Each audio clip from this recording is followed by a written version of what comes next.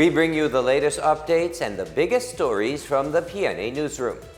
The Department of Social Welfare and Development continues to provide assistance to residents affected by the floods in eastern Visayas, Zamboanga Peninsula, and Caraga region.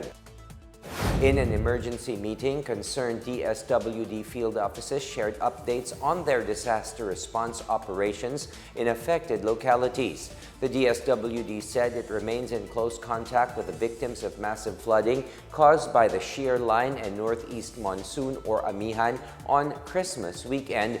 As of December 26, the agency has provided more than 3.2 million pesos worth of humanitarian assistance to Regions 8, 9, and Caraga. Meanwhile, DSWD Undersecretary Edu Punay has been named as the officer in charge of the department. Undersecretary and officer in charge of the Office of the Press Secretary Cheloy Garafil confirmed this Tuesday evening.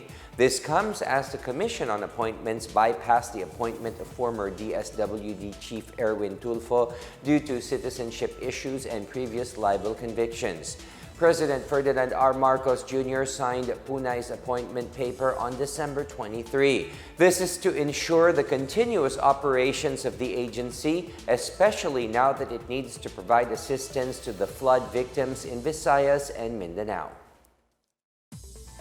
The death toll for the floods caused by the amihan-induced shear line has climbed to 25, while 26 were reported missing.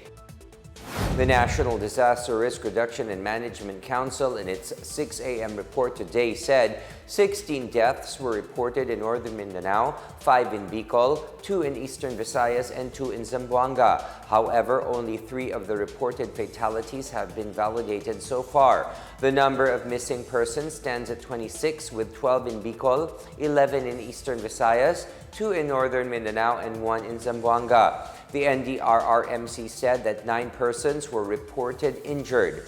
Over 102,000 families remain affected, with about 20,700 of them sheltered in 292 evacuation centers. Almost 1,200 houses were also reported damaged in Region 4B, Region 6, 8, 9, 10, 11, Caraga, and the BARM. Agriculture damage was placed at 65.2 million pesos, while damage to infrastructure was estimated at 20.8 million.